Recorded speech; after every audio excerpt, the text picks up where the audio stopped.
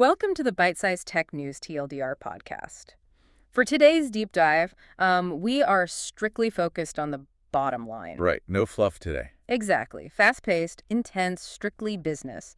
Imagine you type 2 words into your terminal. You just type NPM install. Right. Totally muscle memory. You hit enter. You've done it 1,000 times, but this time, exactly 1.1 seconds later. Literally before your screen even registers that the command finished. Yeah, before you even get your prompt back, a financially motivated nation-state cyber unit has established full, unmitigated access to your machine. And by extension, your company's production servers. They are inside, and you Yeah. have absolutely no idea because, your terminal just says something like, added 1 package, audited 1,200 packages in 3 seconds. 0 vulnerabilities. Which is just terrifying. It really is. So our mission today is to cut straight through the noise surrounding the massive March 30th and 31st supply chain attack on the Axios NPM packet. Right, the 2026 incident. Yeah. We're looking at exactly what happened, how the attackers bypassed the cryptographic guardrails that were, supposed to protect us. The real-world implications. Exactly, and the immediate security and productivity impacts for you and your engineering teams. Because, this is not a theoretical vulnerability. No, not at all. And it isn't some minor library you've never heard of. This is a highly sophisticated, actively exploited compromise of one of the foundational building blocks of the modern internet. The blast radius here is, well, it's difficult to even quantify right now. It's effectively global. So to break this down, we are synthesizing a massive stack of incident reports. We've got the forensic breakdowns from the Sonatype security research team. And the runtime validation from Step Security. Right. Plus, we're looking at telemetry data from Wiz. We also have the threat actor attribution reports from the Google Threat Intelligence Group and Mandiant. Yeah, and we're incorporating the strategic insights from the SANS Institute, specifically the data published by Joshua Wright. And we can't forget those really great conceptual frameworks from the recent coverage by NetworkChuck. Oh, absolutely. So we're keeping this moving rapidly. We need to dissect the precise technical mechanics of this malware. Translating all that forensic data into actionable intelligence. Right. So the scale of this event is staggering, but... Well, what makes it a watershed moment in cybersecurity isn't just who they hit, but how they hit them. Yeah, the staging. Right. To truly understand the threat landscape you're operating in right now, we have to look closely at that staging. The attackers didn't just break in. They built an illusion. Exactly. They meticulously constructed an illusion of trust designed to blind every automated security scanner in the industry. Let's start with the target itself, because that basically dictates why security teams around the world are currently in a state of absolute panic. Axios. Right. Every listener right now knows Axios. If you write JavaScript, TypeScript, or maintain literally any modern web application, you probably have it sitting in like 5 different node modules folders on your hard drive right now. Oh, at least 5. Yeah. We don't need to explain what an HTTP client is. What we need to talk about is what happens when a dependency with over 100 million weekly downloads is weaponized. Against the entire developer community. Exactly. The ubiquity is exactly the point here. The footprint is almost incomprehensible. It really is. Axios is used in over 174,000 distinct, publicly indexed projects on GitHub alone. And Wiz recently reported that based on their cloud scanning, Axios is present in roughly 80% of all cloud and code environments. 8 out of 10 environments. It's woven into the fabric of CI/CD pipelines. Automated build servers. Serverless functions, local development machines, you name it. Which makes it the ultimate apex target for a supply chain attack. NetworkChuck had a really brilliant way of framing this, and a quick shout out to his guest, Pikachu, for the assist on this concept. Oh yeah, the water supply analogy. Right. If a threat actor wants to compromise your specific company, they could try to spearfish your employees or, exploit a 0-day in your firewall. Right, which is a targeted attack. Exactly. That is like trying to poison your individual cup of coffee. It's difficult because you're actively watching your own cup. Right. Alternatively, they could go one step up the chain and compromise a vendor you buy software from. Like poisoning the coffee beans at the local roaster. Yeah, it hits more people, but it's still somewhat localized. Right, a standard downstream supply chain vector. We've seen that model for years. Right. But compromising a foundational open source library like Axios, That is the equivalent of poisoning the entire municipal water supply used to brew everyone's coffee in the city. Right. If you use the water, you get It compromised. does not matter what kind of coffee you're making. It doesn't matter how secure your own mug is. Or how tall the fences around your house are. Exactly. If you turn on the tap, the poison is in your system. That analogy perfectly isolates the core architectural vulnerability of modern software engineering. We operate on this model of implicit, almost blind trust. Yeah, when you type npm install, you're engaging in a massive delegation of authority. You're pulling in code written, maintained, and published by people you've literally never met. Right, just to save time and adhere to the don't repeat yourself philosophy.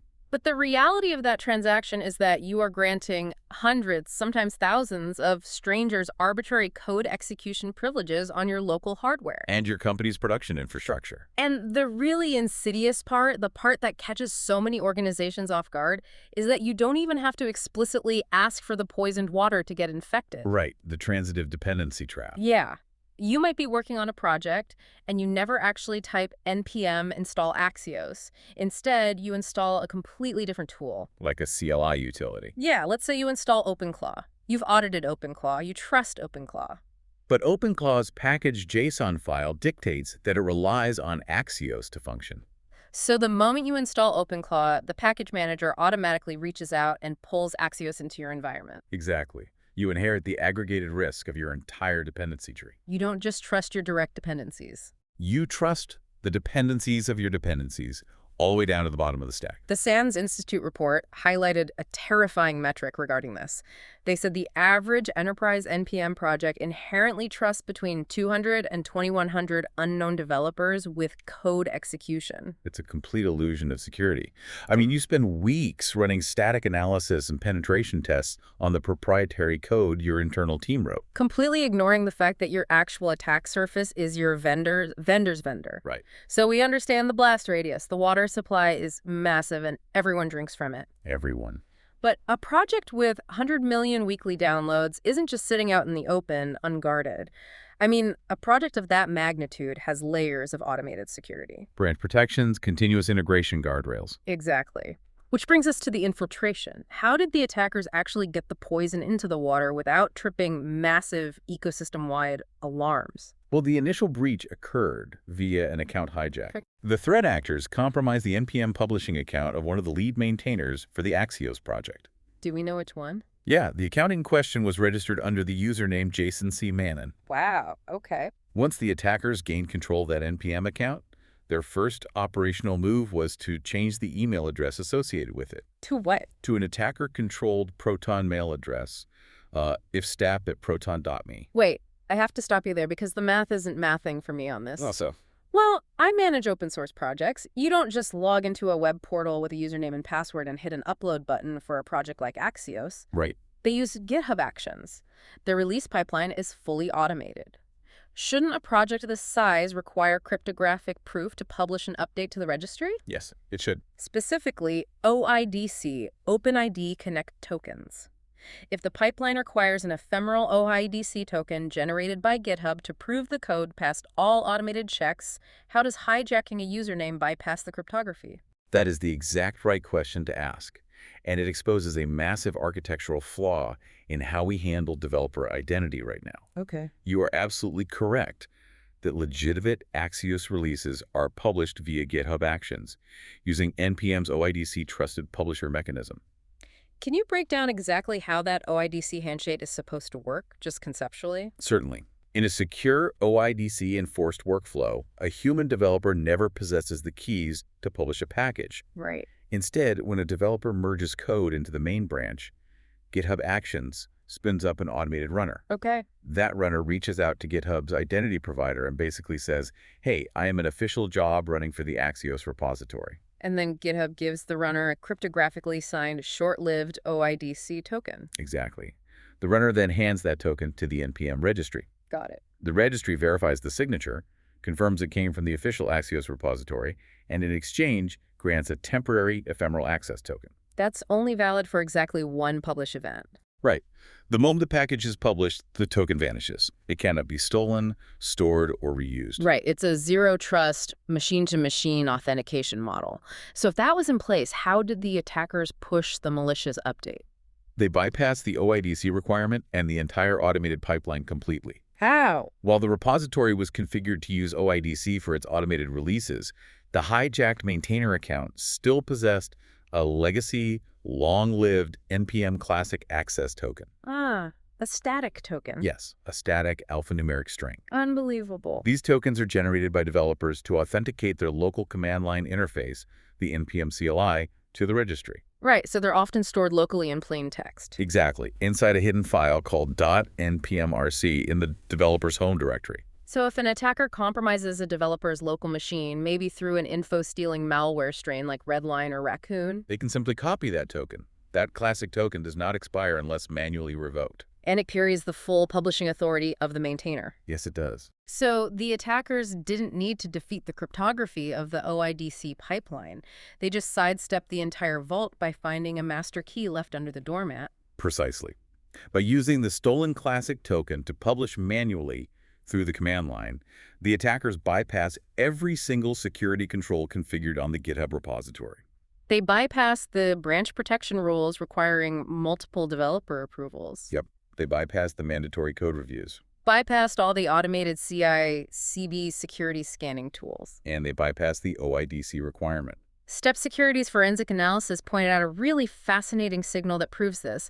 They looked at the NPM registry metadata for the malicious releases. Right, the Git head field. Yeah, they noticed the Git head field was entirely missing. That is the smoking gun right there. Because when a package is published automatically via a legitimate CI/CD pipeline, the registry metadata permanently records the exact Git commit hash, the Git head. Right, it cryptographically links the NPM package back to the open source repository. But in the malicious Axios releases, that field was blank. There is no commit, no branch, and no tag in the public Axios GitHub repository that corresponds to these poisoned versions. So the malicious code exists exclusively on the NPM registry. Exactly. I also read that they stripped out the prepare::husky script from the package JSON file. Oh, yeah?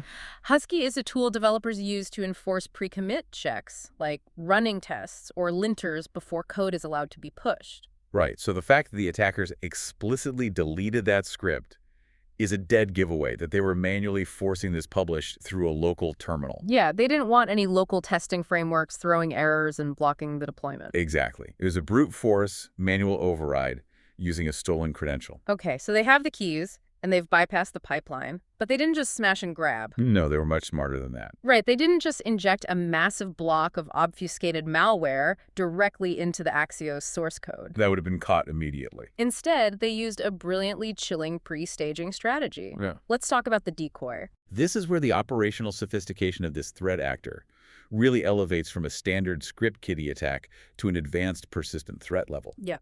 The attackers knew that injecting a brand new, unseen dependency into a project with 100 million downloads would trigger every automated supply chain security scanner in existence. Because if Axios suddenly updated its manifest to depend on a package that was created 5 minutes ago, the ecosystem's alarm bells would be deafening. Right. Modern security tools analyze package age and author reputation. Zero-day packages are treated with extreme prejudice. So they needed to artificially age their weapon. How did they do it? About 18 hours prior to compromising the Axios releases, on March 30th at 05:57 UTC, the threat actors registered a completely separate throwaway NPM account. Okay. They used the email address nrwise@proton.me. From this fresh account, they published a package named plaincrypto.js. And they labeled it version 4.2.0. And here is the part that is absolutely wild. Step Security downloaded this version 4.2.0 of plaincrypto.js and ran a bit-for-bit comparison against the legitimate, highly trusted crypto.js library. And it was completely cleaned. Yeah, the attackers took the real cryptography library, copied all 56 source files byte for byte, and uploaded it under the new name. They even spoofed the package description and pointed the repository URL metadata to the legitimate crypto.js GitHub repo. It was a flawless decoy. If an automated security scanner analyzed version 4.2.0, or even if a human security analyst manually reviewed the source code, they would find absolutely nothing malicious. Right, it just looked like a benign, perhaps slightly redundant cryptography library. So the sole operational objective of version 4.2.0 was simply to exist. It needed to sit on the registry for 18 hours to establish a publishing history. ensuring that when it was eventually pulled into Axios, it wouldn't be flagged as a zero history anomaly. They were basically building a reputation score for a ghost. So the decoy is sitting there, aging. Then the trap snaps shut. On March 30th at 23.59 UTC, they make their move. They publish an update to the decoy. Plain Crypto.js version 4.2.1 goes live. This is the version that contains the malicious payload. And then, mere minutes later, on March 31st at 0.21 UTC, they log into the hijacked Axios maintainer account and manually publish Axios version 1.14.1. And they didn't stop there. Exactly 39 minutes later, at 01.000 UTC, they published a second compromised update, Axios version 0.30.4. Right. Wait, why two different versions? Why hit version 1.14.1 and version 0.30.4? To maximize their blast radius across different deployment environments. Oh, because of major version bumps. Exactly. In the software ecosystem, major version bumps often include breaking changes. Because of this, many enterprise environments pin their dependencies to specific major version branches to ensure stability. Okay, so version 1.14.1 was designed to target the modern user base actively pulling the latest features on the 1.x branch. Right.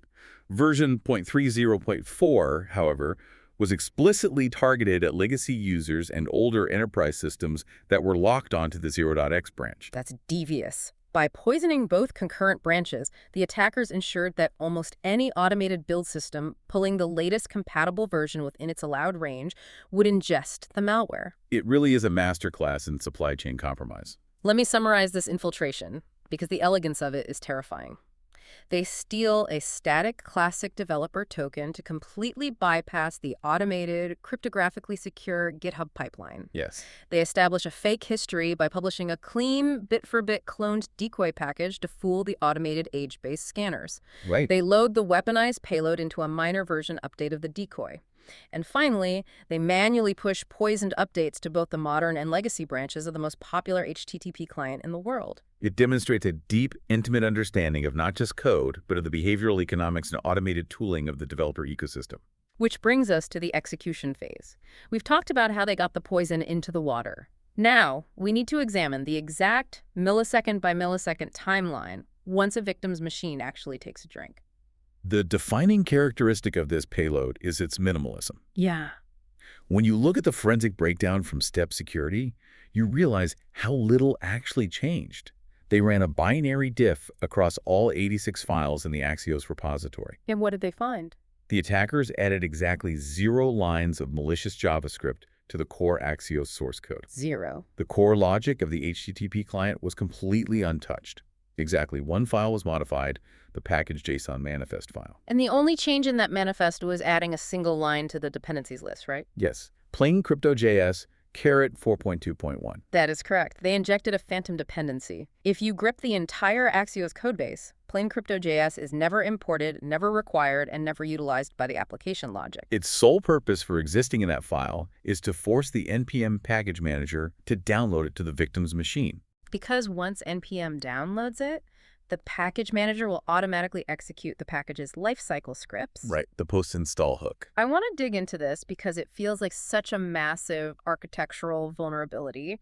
Why does NPM even have a feature that automatically runs arbitrary shell commands the moment a package is downloaded? It seems insane in hindsight. Well, it is a legacy feature born out of necessity. Yeah, how so? In the early days of Node.js, many packages relied on native C or C++ bindings, things like Node SAS or cryptography libraries that needed to interface directly with the operating system for performance. Okay. Since you can't ship a precompiled binary that works on every single combination of OS and CPU architecture, developers needed a way to compile the code locally on the user's machine immediately after downloading it. So the post-install script was the solution. Exactly. It tells the package manager, hey, I've downloaded the source code. Now run this compilation script to make it work on this specific machine. But attackers realize that if NPM is willing to run a compilation script automatically, it's also willing to run a remote access Trojan automatically. Without prompting the user. Without asking for permission. Just boom, execute it. Exactly. Inside the malicious plain Crypto.js version 4.2.1, the attackers modified the package JSON to include the line, post-install, Node setup.js. And that setup.js file is the primary dropper. Yes. Let's look closely at this dropper. If a security analyst opens setup.js, they don't see a clean list of malicious commands. It's a highly obfuscated, minified mess. How did they hide the payload's true intent? They employed a sophisticated two-layer obfuscation scheme designed to defeat static code analysis. Step Security reverse engineered the logic beautifully on this. They really did. First, all sensitive strings, the command and control URLs, the specific system commands, the hard-coded file paths were stored as encoded values in a massive array. And to reconstruct these strings, the script used a combination of base64 decoding and a custom XOR cipher. An XOR cipher, right? I know the concept, but walk me through how that actually looks in practice here. How does it scramble the data? XOR, or exclusive OR, is a bitwise operation. It compares two bits. If they are the same, both zeros or both ones, the result is 0. Okay. If they are different, the result is 1. In this malware, the attacker took their malicious strings and XOR'd them against a specific key string, order 7077. The resulting binary gibberish is what gets saved into the file. To read the malicious strings, the malware just runs the XOR operation again using the same key, which mathematically reverses the process and spits out the original text. But I read they added a really clever JavaScript quirk to this process. They did. When the decoding function in setup.js executes, it parses the key order 7077 through JavaScript's native number function. That is a brilliant evasion tactic. It really is. When you pass alphabetic characters into the number function, JavaScript returns nan, not a number. And in JavaScript bitwise operations, nan evaluates to 0. Exactly. So all the alphabetic characters in order underscores simply vanish into zeros. Only the digits 7777 of the final positions survive the parsing. Wait, so if I'm a static analysis tool, I'm looking at the source code and I see a mathematical operation using a string full of letters. Right. My parser might assume it's a broken function that will just throw a type error and fail, so it categorizes it as benign. Precisely. The static scanner sees a mess of garbled strings and math functions that seem designed to fail. It doesn't understand the dynamic, runtime type coercion of JavaScript. So the script dynamically decodes these strings only at the exact moment of execution, Writing the actual malicious commands directly into the system's active memory. meaning the plaintext commands never touch the hard drive. Right, meaning traditional antivirus tools scanning the file system have nothing to flag. Wow! Furthermore, the dropper dynamically requires necessary Node.js modules at runtime. Modules like fsys for file system access, ASYS for operating system fingerprinting, and childprocess.exasync for executing terminal commands. Which further obfuscates its capabilities from static analysis, because that usually looks for static require or import statements at the top of a file. Exactly. So let's look at the timeline. I type NPM install. The package manager resolves the dependency tree. It downloads Axios. It sees Axios needs plain crypto.js. It downloads that. It sees the post install hook. It runs node setup.js. Hey. The script decodes the XOR cipher in memory. Yep. How fast does the compromise actually happen? Terrifyingly fast. Step Security utilized their Harden Runner runtime validation tool within a sandboxed environment to monitor the exact execution timeline. And what did their telemetry show? It showed that just 1.1 seconds after the npm install command begins its execution phase, before the package manager has even finished resolving and linking the rest of the dependency tree, the malware makes its first outbound HTTP connection to the command and control server. 1.1 seconds. Before your terminal even prints the next line of output, your machine is already phoning home to the attacker's server at sfrclack.com on port 8000. Yes, and the brilliance of the execution method is that the dropper doesn't wait around for the malicious payload to finish running. Right. It uses execution techniques designed to instantly detach the malware from the main node process, using the ampersand operator on Unix systems to push it to the background, or script on Windows. Because it detaches, the exasync function in the node script returns almost instantly. The dropper completes its task, and the main npm install process finishes normally. It exits with a status code of 0. No errors, no warnings, it just looks like a successful installation. But what if the attacker's server is offline? What if the network drops right at that moment?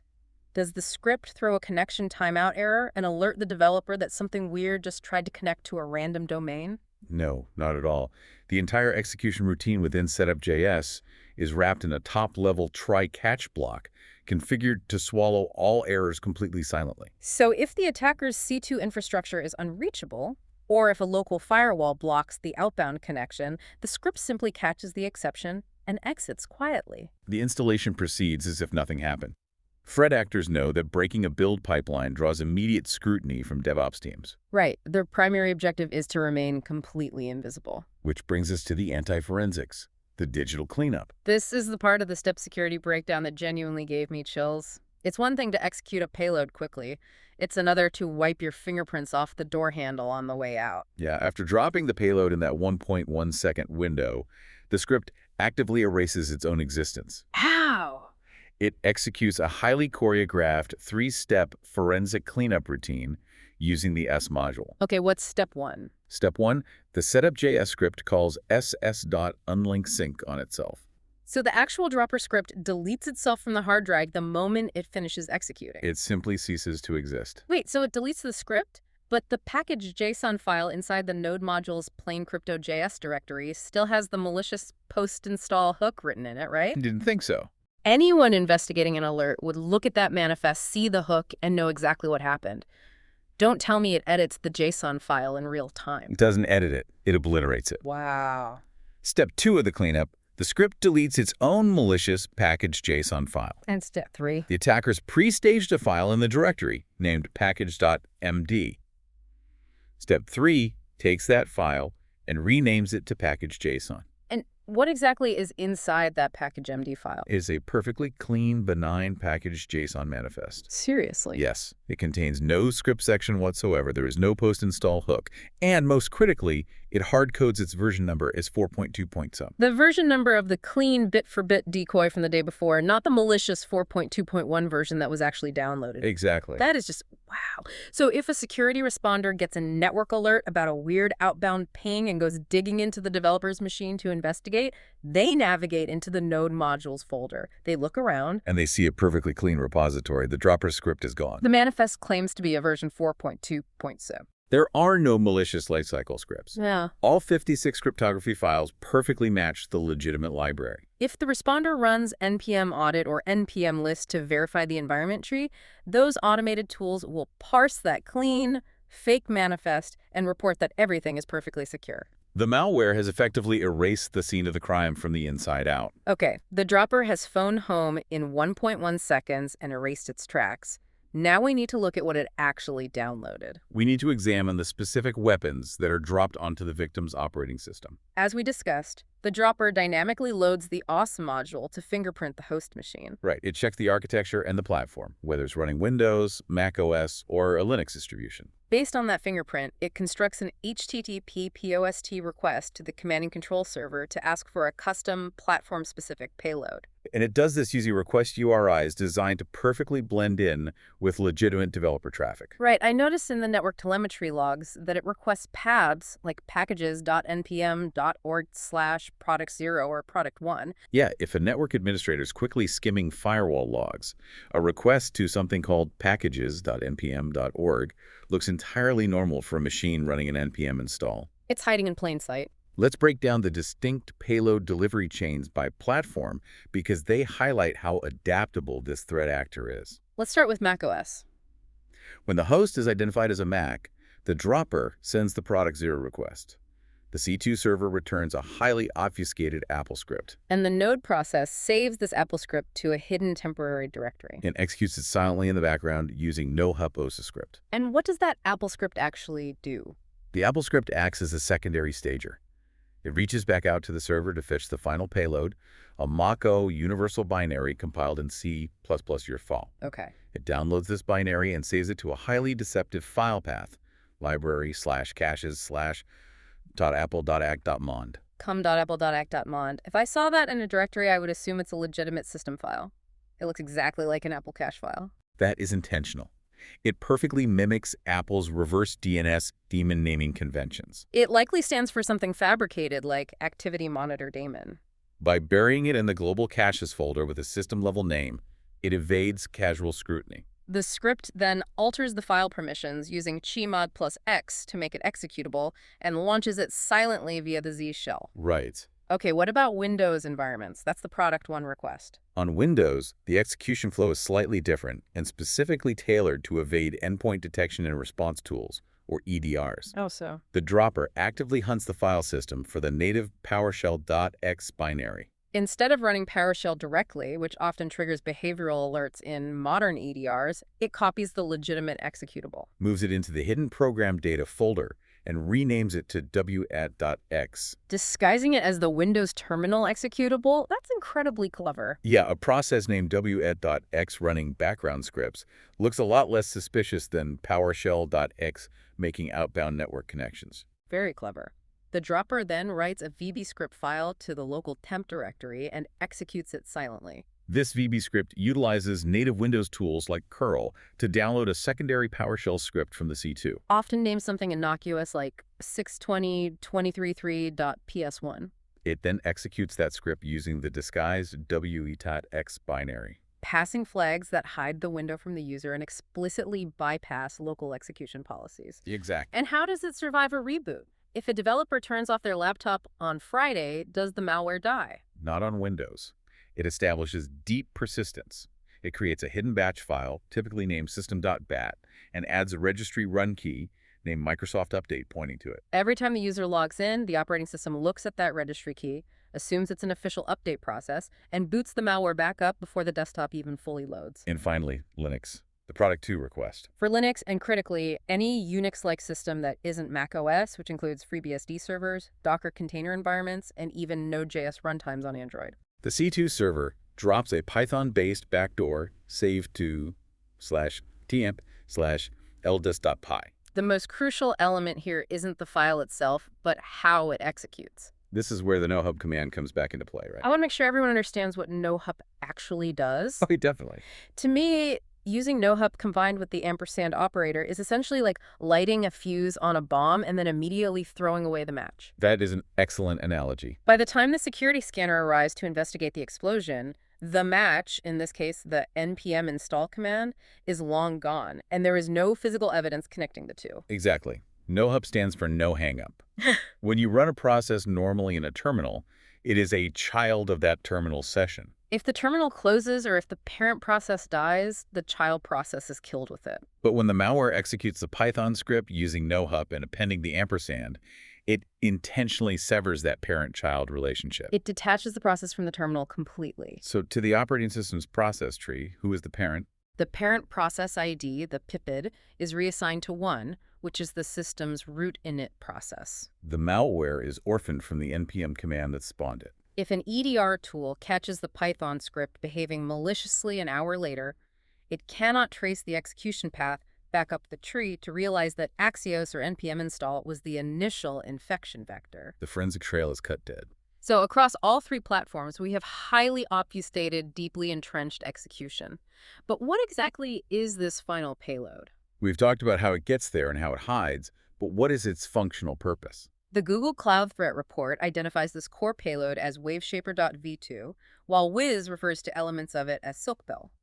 What are the actual technical capabilities of this remote access Trojan? WAVESHAPER.V2 is a fully featured enterprise-grade remote access backdoor. Once it establishes itself in memory, regardless of the underlying operating system, it initiates a constant beaconing routine. Exactly. Every 60 seconds, it reaches out to the C2 server over port 8000. It sends a base 64 encoded JSON payload containing a massive amount of system telemetry. What kind of data is it vacuuming up in that telemetry? Everything an attacker needs to profile the victim and determine their value. It collects the host name, the logged-in username, system boot times, Geographic time zone data, the exact OS kernel version. and highly detailed real-time lists of every single running process on the machine. It packages this up, sends it to the server, and then waits.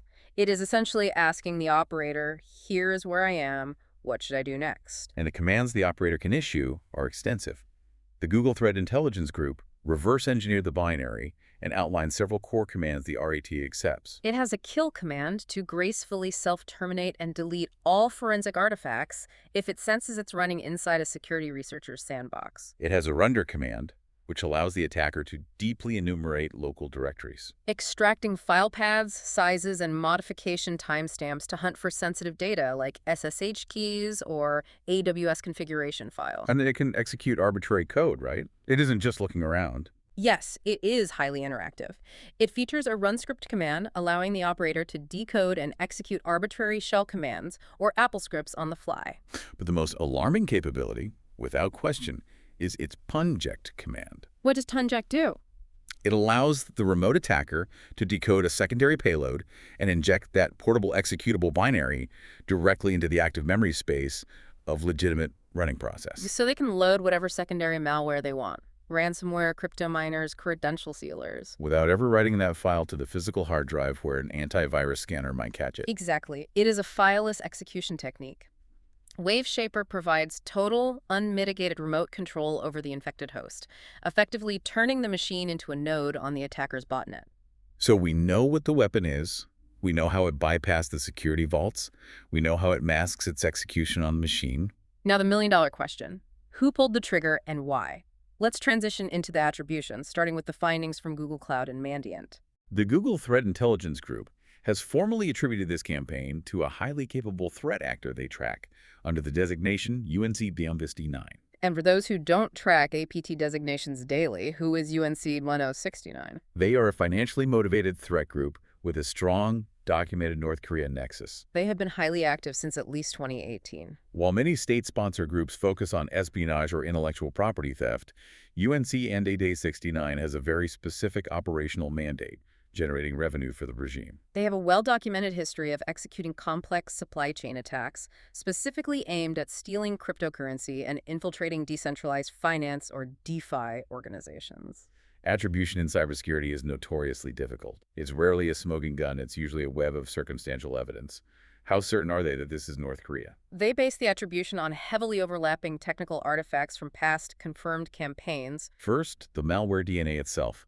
WAVESHAPER.V2 is not a new creation. It is a direct evolution of the original WaveShaper malware, a macOS and Linux backdoor that was previously discovered and attributed exclusively to UNC 69. While this V2 variant upgraded its command and control communication protocol from raw binary streams to structured JSON and expanded its command set, the core architectural DNA is identical. They share the exact same C2 polling intervals. They both accept their C2 URLs dynamically via command line arguments to evade static string analysis. And they even utilize the exact same deceptive temporary file paths like that com.apple.act.mon directory we discussed earlier. That is a very strong fingerprint. It's like finding the exact same custom lockpick at two different crime scenes years apart. Precisely. But there's more. The network infrastructure provides further concrete evidence. When WaveShaper communicates, it uses a very specific, hard-coded, and highly uncommon user agent string. It mimics an outdated Internet Explorer 8 browser, specifically sending the string MyZ 8.0. That is a known indicator of compromise for this group. Furthermore, when Google's threat analysts analyzed the administrative connections logging into the command and control IP address, which was 142.11.206.73, they discovered traffic originating from a highly specific Astral VPN node. That exact VPN exit node has been definitively linked to UNC 1069 operations in the past. So the malware's DNA and the operational infrastructure both point firmly to North Korea. But here is where the story takes a fascinating twist. We need to bring in the incident analysis from the SANS Institute. SANS brought up a massive connection to an entirely different threat group known as Team PCP, also tracked under the designation UNC 6780. This is the critical missing piece of the puzzle that explains the sheer scale of the operation. Just days prior to the Axios compromise between March 19th and March 27th, Team PCP executed a rapid-fire string of devastating supply chain compromises across the developer ecosystem. They didn't hit unknown packages, they hit major infrastructure. They compromised the Trivy vulnerability scanner on March 19th. They hit the KICS infrastructure as code scanner on March 23rd. They compromised the little L AI proxy library on the Python package index on March 24th. And they hit the Telnix communications library on March 27th. All highly trusted, widely used developer tools. Scanners and proxies that by definition require deep access to a system to function. Yes. And in those specific attacks, the malware wasn't a heart like WaveShaper. It was a dedicated credential harvester. It was designed to aggressively rip through the environment and steal cloud credentials, SSH keys, Kubernetes config files, and CI/CD secrets. Wiz researchers observed Team PCP taking those freshly stolen credentials and validating them within hours using automated tools like TruffleHog. Once validated, they conducted deep automated reconnaissance across AWS services, querying identity and access management roles, listing EC2 instances, scanning S3 buckets, and attempting to dump AWS Secrets Manager. Which brings up a massive defining question for how we understand this threat landscape. Are UNC 169, the North Korean RA top raters, and Team PCP, the credential harvesters, the exact same people? Or are we looking at a highly specialized initial access broker economy? Is it possible that Team PCP acts purely as the thief, stealing the NPM access tokens through these previous compromises, and then packaging those credentials into logs to sell on the dark web to a nation-state actor like UNC 2169, who then uses them to deploy the WAVESHAPER rat? That is the initial access broker, or IAB, hypothesis, and in the modern threat landscape, it is highly plausible, if not probable. SANS analysts believe Team PCP has likely stockpiled thousands of compromised publishing credentials from the recent campaigns. In the modern cybercrime ecosystem, specialization is the most efficient business model. One group specializes in deploying info stealers and harvesting access, and they don't know how to exploit a DeFi network. Another group, the APT, has the malware and the capability to steal millions in crypto, but they don't want to waste time sending phishing emails to get initial access, so they buy the access from the broker. If that's true, the Axios compromise isn't just an isolated incident or a lucky guess. It is the downstream result of a thriving, highly efficient underground economy. And we already have proof that this wasn't a bespoke one-off attack. Sonatype researchers noted in their telemetry that the exact same malicious plain Crypto.js dependency was also injected into a package called OpenClaw around the exact same time. The OpenClaw injection proves the scale of the intent. It indicates a broader, highly organized, automated campaign. Whether we are dealing with one unified multi-departmental threat group or a financial partnership between an IAB and a nation-state actor, the strategic objective is crystal clear. Massive, indiscriminate credential harvesting to facilitate follow-on extortion, ransomware deployment on cryptocurrency theft at a global scale. Okay, let's bring this out of the server room and up to the boardroom. We need to translate all of this deep technical severity, the XOR ciphers, the OIDC authentication bypasses, the detached process trees, into pure, actionable business risk for non-technical leadership. The bottom line regarding supply chain risks for the C-suite is this: relying on open source dependencies is the ultimate double-edged sword for any modern enterprise. It accelerates your engineering productivity exponentially. Your teams can build and deploy complex applications in weeks that would have historically taken years of proprietary development. But in exchange for that speed, you inherit a massive, unvetted, and largely invisible portfolio of risk. Let's contextualize the blast radius. Wiz reported that based on their scans, actual execution of the malware occurred in roughly 3% of all affected environments. To a non-technical executive, 3% might sound low. It might sound like a manageable metric. But when your foundational dependency has 100 million weekly downloads, 3% is an absolute catastrophe. Absolutely. The raw numbers are terrifying, but the real danger lies in where that 3% executed. This isn't just about a single junior developer's laptop getting a virus while they work from a coffee shop. Because this malware executes instantly upon running npm install, the primary highest value victims are continuous integration and continuous deployment pipelines. These are the automated build servers, the GitHub Actions runners, the Jenkins boxes, the GitLab pipelines that compile your company's proprietary code and push it to production. If a build server is compromised, what does that actually mean for the business in dollars and cents? A compromised build server is the equivalent of handing the attackers the master keys to your kingdom. Build servers, by their very nature, require highly privileged access to do their jobs. They hold your production AWS and GCP cloud access keys.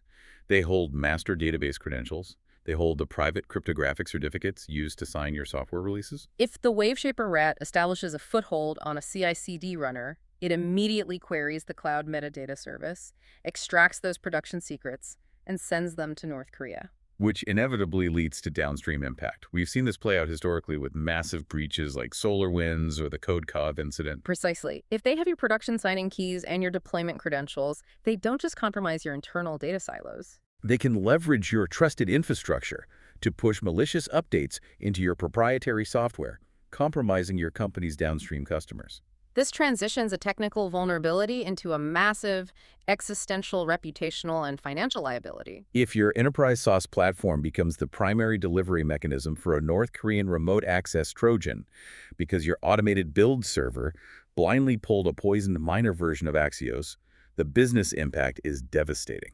It means severe regulatory fines, the complete loss of customer trust, massive incident response costs, and potentially catastrophic data breaches. So what do we do about it? We've diagnosed the disease, now we need the cure. We're moving from the theoretical business risk to the immediate, hard-hitting technical response required today.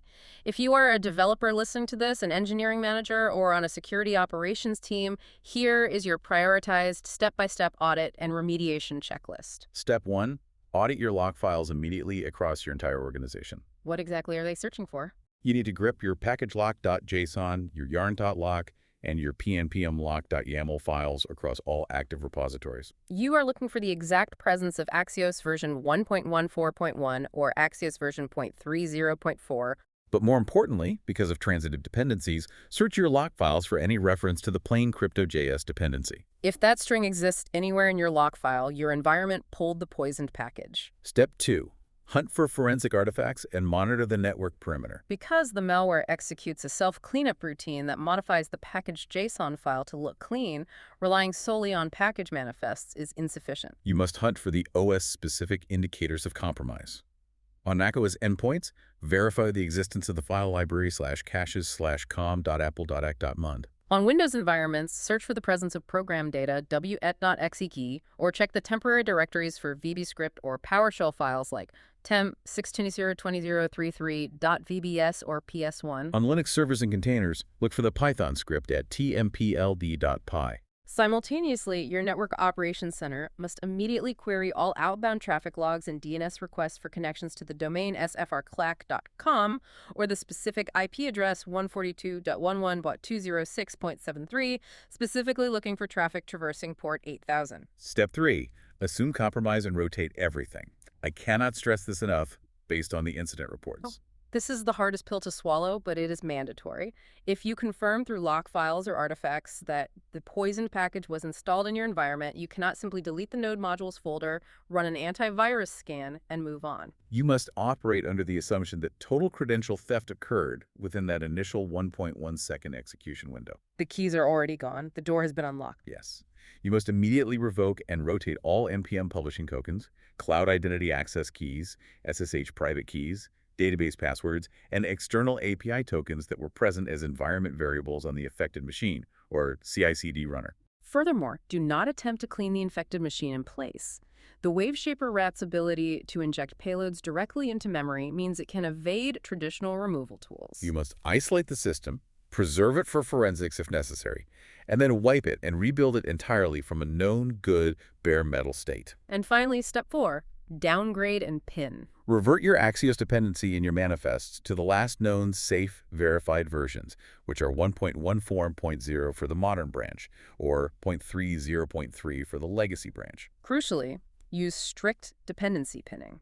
Remove the caret or tilde prefixes in your package.json that allow the package manager to automatically pull the latest minor updates. You should also instruct your firewall team to aggressively block the known command and control infrastructure at your network perimeter to prevent any latent undiscovered infections from successfully phoning home. We have covered an immense amount of complex ground today, but we need to distill this down. Here is the bottom line summary. These are the 3 most critical takeaways you need to communicate to your leadership and your engineering teams right now. First, the Axios supply chain attack perfectly bypassed standard CI/CD protections and cryptographic OIDC verification by exploiting a stolen, static, classic access token. The attackers completely evaded automated security scanners by staging a bit-for-bit clean decoy package 18 hours before injecting the malware, establishing a fake reputation score. Second, the malicious payload exploited the post-install lifecycle hook to deploy a North Korean-linked remote access Trojan in just 1.1 seconds, instantly detaching from the process tree and perfectly erasing its own forensic tracks. This capability weaponized automated build pipelines, turning them into massive organizational security liabilities without altering a single line of the core Axios application logic. Third, and most importantly for your immediate remediation efforts, if your local environment or your CI/CD pipelines touched Axios versions 1.1.1 or 0.30.4, you must assume total system and credential compromise. You cannot clean the machine. You must rotate all production secrets, API keys, and cloud credentials immediately and rebuild the affected infrastructure from scratch. To stay on top of rapid, deeply technical developments like this, don't forget to check out the Tech News TLDR YouTube channel for our daily video updates where we break down these threats as they emerge. I want to leave you with a final thought to mull over as you audit your systems today. Modern software engineering is built on a massive, largely invisible web of implicit trust. We rely on the speed and collaborative nature of open source to drive innovation forward. But if a foundational package with 100 million weekly downloads can be utterly weaponized with a single changed line of text in a manifest file, is the open source dependency model fundamentally broken? Are we rapidly approaching a future where organizations can simply no longer afford the risk of executing code they haven't personally audited line by line? A terrifying thought to end on, but an absolutely necessary conversation to have. Stay safe out there, audit your log files, and we'll catch you on the next deep dive.